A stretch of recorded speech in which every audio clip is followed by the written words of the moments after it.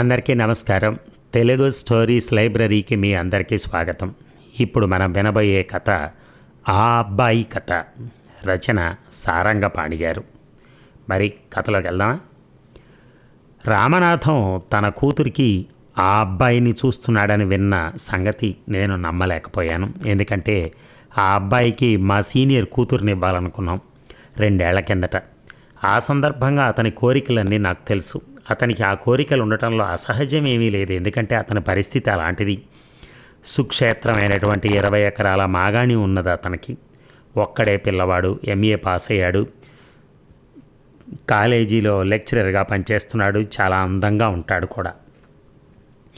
ఇక అతని కోరికలు పిల్ల గ్రాడ్యుయేట్ అయి ఉండాలి, కట్నం కనీసం 20,000 అన్నా తేగలగాలి, పిల్ల చాలా అందంగా, అంటే నేను విన్నది అవసరం వస్తే సినిమాలో హీరోయిన్గా వెంటనే ప్రవేశించేంత అందంగా ఉండాలి, తండ్రికి మంచి స్టేటస్ ఉండాలి, పిల్లకు తమ్ముళ్ళు కానీ అన్నలు కానీ ఉండకూడదు. అలాంటి కోరికలున్న అబ్బాయికి రామనాథం సంబంధం చూస్తున్నాడంటే ఎవరికైనా ఆశ్చర్యమే, అనుమానం లేదు. ఇంకా రామనాథం కూతురు విషయం నల్లగా ఉంటుంది, కొంచెం లావుగా ఉంటుంది. మెట్రిక్ పరీక్షతో 3 ఏళ్ల బట్టి సతమతమవుతోంది. రామనాథానికి 6 ఆడపిల్లలు, 3 మగపిల్లలు. 4,000 కన్నా కట్నం ఇచ్చుకోలేడు. అది కూడా కొంత ప్రోనోటు వల్లనే. తను చేస్తున్న స్కూల్ మాస్టర్ ఉద్యోగం వల్ల అంతకన్నా ఏం చేయగలడు గనక వెనక ఆసరా లేనప్పుడు. ఇంకా ఆ అబ్బాయి పిల్లని చుట్టానికి వచ్చేటప్పుడు వేసే ప్రశ్నలు అన్నీ కావు. బహుశా చాలామంది పిల్లల్ని చుట్టం అలవాటైనందువలన ఎంతో అనుభవం మీద అడిగినట్టుగా అడుగుతాడు. గ్రాడ్యుయేట్ పిల్ల గనక అయితే అంతర్జాతీయ రాజకీయ విషయాల దాకా వెళ్తాడు. మా సీనియర్ కూతుర్ని మొదటి ప్రపంచ యుద్ధం ఎలా అంతమైందో అడిగాడు. సినిమాలలోని టెక్నికల్ విషయాల దగ్గర నుంచి పరిశ్రమల జాతీయీకరణ దాకా అడుగుతాడని విన్నాను. ఒక అమ్మాయిని సంస్కృతంలోని వ్యాకరణం గురించి అడిగాట. ఆ పిల్లవాడు జిల్లాకి 6 పిల్లల చొప్పున ఆంధ్రదేశంలోని అన్ని జిల్లాలను పూర్తి చేశాడని అంటారు. ఈ విషయం నాకు రామనాథమే చెప్పాడు. అలాంటి వాడికి రామనాథం కూతురు పరీక్షలో ఏ విధంగా నిలబడుతుందోనని నాకు అనుమానం వేసింది. రామనాథం ధోరణిని బట్టి తనకు ఈ సంబంధం తప్పక ఖాయం అవుతుందని నమ్మకంగా ఉందని చెప్పాడు. రామనాథం ఆశని నేను దేంతో పోల్చలేను, కానీ నాబోటివాడు రాష్ట్రపతి పదవికి పోటీ చేయటం ఎలాంటిదో ఇది అలాంటిదే. మా సీనియర్ కూతురికి పెళ్ళయింది. ఇప్పుడు ఆమెకు మగపిల్లవాడు కూడా.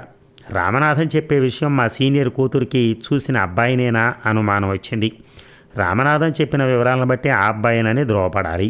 అతనికి ఇంకా పెళ్లి కాలేదా అన్నాను రామనాథంతో. ఎలా అవుతుందండి, మా పిల్లని రాసి పెట్టున్నప్పుడు అన్నాడు నాకు సిగరెట్ ఇస్తూ.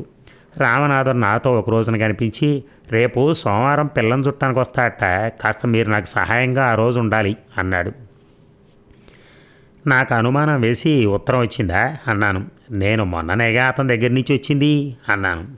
ఆ అబ్బాయిని గురించి నేను విన్నదాన్ని బట్టి నా అనుభవం పురస్కరించుకుని నేను రామనాథం మాటలు నమ్మలేకపోయాను. కానీ అతను చెప్పే మాటను బట్టి అతనికి ఎంతో ఆశగా ఉంది. పోనీ పిల్ల ఫోటో పంపించకపోయావా అన్నాను. మొదట్లోనే ఈ విషయం తేలిపోయేది అని. ఎందుకంటే రామనాథం కూతురును చూసిన వరులు అక్కడికక్కడే, అంటే రైలుకు వెళుతూ దారిలోనే వేరే ఏర్పాటు చేసుకోమని చెప్పేవారట. అవన్నీ నాకు తెలుసు. ఎందుకండి కాలయాపన, సెలవు దొరక్క, కానీ అతనికి లేకపోతే ఈ పాటికి వచ్చేసేవాడే అన్నాడు. నేను అహింసవాదిని గనక రామనాథం కూతురు నా అబ్బాయి పెళ్లి చూపులకు వచ్చి అతను మనోవ్యధకు నేను తట్టుకోలేనని, నాకు సోమవారం కోర్టు పనుంది, మా సీనియర్లు కూడా ఉండడు అన్నాను తప్పించుకునే నెపంతో. మీకెందుకు, మీ సీనియర్ని ఒప్పిస్తాగా అన్నాడు. రామనాథం అన్నంత పని చేశాడు. మా సీనియర్ ప్రయాణం మానుకున్నాడు. సోమవారం నాడు నాకు ఈ శిక్ష తప్పేటట్లేదు. పైగా ఆదివారం నాడు రామనాథం అతని భార్య వచ్చి నన్ను సోమవారం నాడు పెళ్లి చూపులప్పుడు ఉండాలని బలవంతం చేశారు. పైగా నేను రాకపోతే నాకు ఈ పెళ్లి జరగడం ఇష్టం లేదని అనుకోవాల్సి వస్తుందని నిష్ఠూరంగా అని వెళ్ళారు. బురదలో జారకుండా అడుగులో అడుగేసుకుంటూ నడుస్తున్నట్టుగా గుండె పట్టుకుని ధైర్యం తెచ్చుకుని సోమవారం నాడు వాళ్ళ ఇంటికి వెళ్ళాను.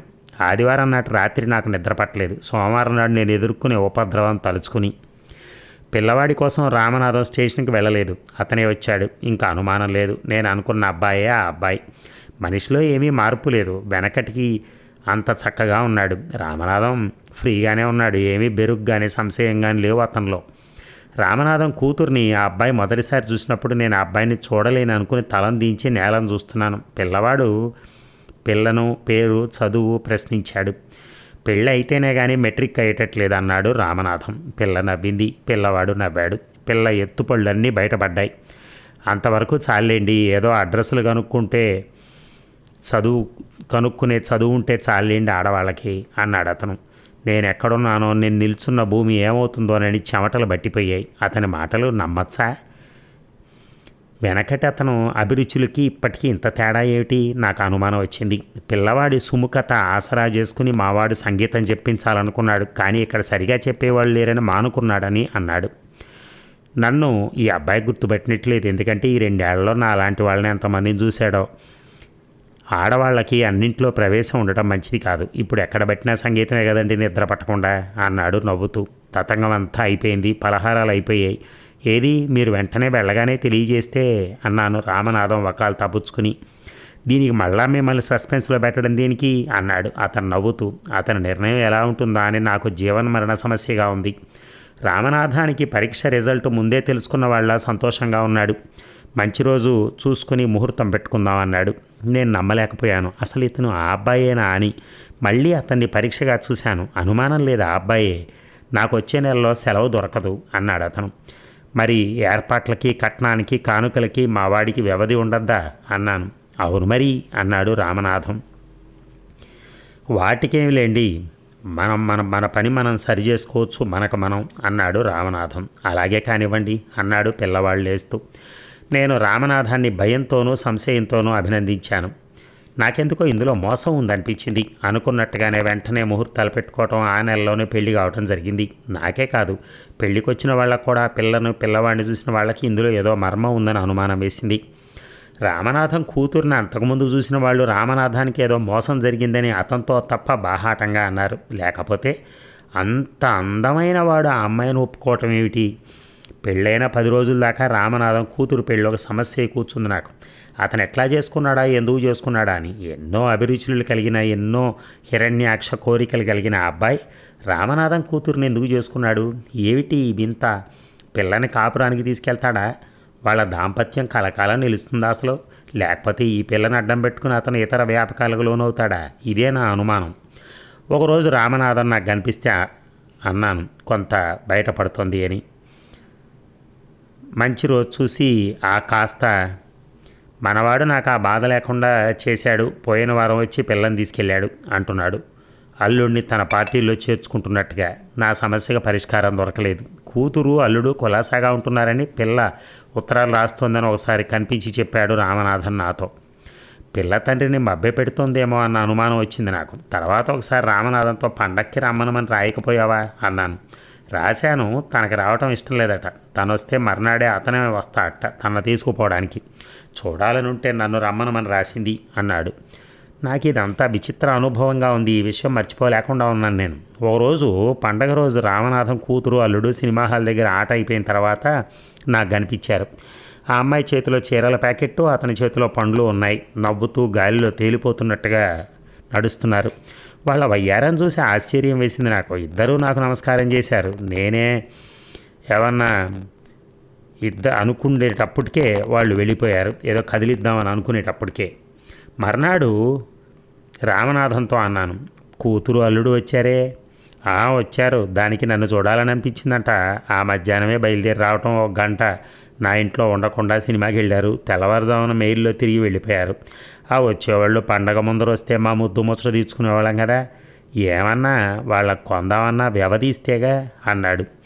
నా అనుమానానికి సొల్యూషన్ దొరికేటట్లేదు. 2 నెలల దాకా ఇది నాలో సమస్యగా ఉండిపోయింది. అతని మీద ఇంత వదంతులు కానీ, ఇతర వదంతులు కానీ, వాళ్ళ అన్యోన్యం విషయమై సందేహం కానీ ఎవరూ చెప్పలేదు ఇప్పటివరకు. మొదటి నుంచి నా తత్వమే అంతా. నాకు అనుమానం కలిగినప్పుడు కానీ, ఒక సమస్య వచ్చినప్పుడు కానీ అది తేలేంతవరకు నాకు తృప్తి ఉండదు. రామనాథాన్ని మాటల్లో పెట్టి ఈ విషయం తేల్చాలనుకున్నాను. ఎందుకంటే అతను మర్మం లేకుండా మాట్లాడే రకం. ఒకరోజు రామనాథం గారి ఇంటికి వెళ్ళాను. ఆయన భార్య ఏదో మాట్లాడుకుంటున్నారు. ఉత్తరాలు వస్తున్నాయా అన్నాను. అదే అనుకుంటున్నాం ఇద్దరం. అతను మా తర్వాత పిల్లకి పెళ్లి సంబంధం చూస్తున్నట్ట. నన్ను రమ్మనమని రాశాడు. నేనే చూడు బాబు అని రాయాలనుకుంటున్నాను అన్నాడు. మొత్తం మీద చాలా అదృష్టవంతుడివి, నా మంచి అల్లుడు దొరకటం అన్నాను. అట్లా ఎందుకు అనుకోవాలి, అతందే అదృష్టం నాలాంటి మావ దొరకటం అన్నాడు. అసలు ఎట్లా సంపాదించావు ఈ సంబంధం? ఎంతోమందికి వీలు లేనిది, ఎంతోమంది ప్రయత్నించినా విఫలమైంది, నీకెలా సాధ్యమైందా అని. అక్కడే ఉంది, ఇందులో ఉందో కిటుకు మాస్టారు అన్నాడు తన ఆప్యాయతనంతా ఈ సంబోధనలో వ్యక్తపరుస్తూ. ఏమిటి అన్నాను ఇంకా చెప్తాడనే నమ్మకంతో. ఆడపిల్లలు గల వాళ్ళం మనం, మనకి ఎన్ని సమస్యలు ఉంటాయో మగపిల్లవాళ్ళకి అన్ని సమస్యలు ఉంటాయి. మనకొక సంబంధం కన్నా ఇంకో సంబంధం బాగుంటుంది అన్న ఆశ ఉంటుంది కదా అన్నాడు. అవునవును అన్నాను. ఇప్పుడు ఈ అబ్బాయి చూడు, సంబంధం లేదు, మీ సీనియర్ కూతురే నచ్చని వాడికి ఇంత ఆంధ్రదేశంలో ఇంకెలాంటి పిల్ల నచ్చే అవకాశం లేదు. అతని ఆశకు అంతు లేకుండా పోయింది. మరి పిల్లని చూసేటప్పుడు పోస్ట్ గ్రాడ్యుయేట్ కావాలి అని అనుకున్నాడు. పిడేలు వాయించే పిల్లని చూసేటప్పుడు వీణ వాయించే పిల్ల కావాలనుకుంటారు కదా, అలాగా ఒకసారి వీణ వాయించే పిల్లని చూసి ఆమెకు గాత్రం వచ్చా అని అడిగాట. అప్పుడైనా రేడియోలో పాడారా అని అడిగాట. నిజం చెప్పాలంటే ఆడపిల్లల తల్లిదండ్రులు అతనితో విసిగిపోయారు. కొన్నాళ్ళ నుంచి అతనికి సంబంధాలు రావడం మానేసిని. ఇంతమంది పిల్లల్ని చూసి తేల్చుకోలేని వాడు అసలు పెళ్లి చేసుకుంటాడా అన్న అనుమానంతో 4 నెలల నుంచి సంబంధాలు రావటంలా. ఇప్పుడు రాను అతను ఎంత పెద్ద సంబంధాలు చూశాడో అంత తక్కువ రావటం మొదలెట్టాయి. పియూసీ పాస్ కానీ పిల్లలు కట్నాలు ఇవ్వలేని వాళ్ళు అతని దగ్గరికి వెళ్తున్నారు. ఈ స్టేజ్లో అతడికే అనుమానం వేసింది, చెప్తున్నాడు రామనాథం. ఇదంతా నీకెవరు చెప్పారు అన్నాను నేను. తన మంచి చెడ్డలు చూసేవాళ్ళు అన్నాడు. అందువలన ఏదో ఒక సంబంధం చూసుకుని త్వరలో పెళ్లి చేసుకోవాలని బుద్ధి పుట్టింది అతనికి. దాంతో కోరికలు అభిరుచులు తగ్గిపోయి ఇంకెందుకు, మా అమ్మాయి సంబంధానికి వెళ్ళినప్పుడు అప్పుడే ఎవరో వచ్చి ఉన్నారు, వాళ్లే చెప్పారట వాళ్ళ పిల్ల గురించి మెల్లకన్ను దొడ్డి కాళ్ళు అని. నేను కనుక ఆ క్షణంలో పోకపోయినట్టయితే ఆ మెల్లకన్ను పిల్లనే సెటిల్ చేసుకునేవారే, సందేహం లేదు. ఎందుకంటే ఇంకా ఆగితే గ్రేడు తగ్గడమే కానీ మనకి హెచ్చే పరిస్థితి ఎప్పుడో పోయింది అన్నాడు రామనాథం. అబ్బా అనుకుని తలకాయ పట్టుకోలేదు కానీ అంతగా ఫీల్ అయ్యాను నేను కూడా. అదండి, చివరికి ఆ అబ్బాయి అంత బిల్డప్ ఇచ్చి చివరికి ఎందుకు చేసుకున్నాడయ్యా అంటే ఇది reason. Thank you very much.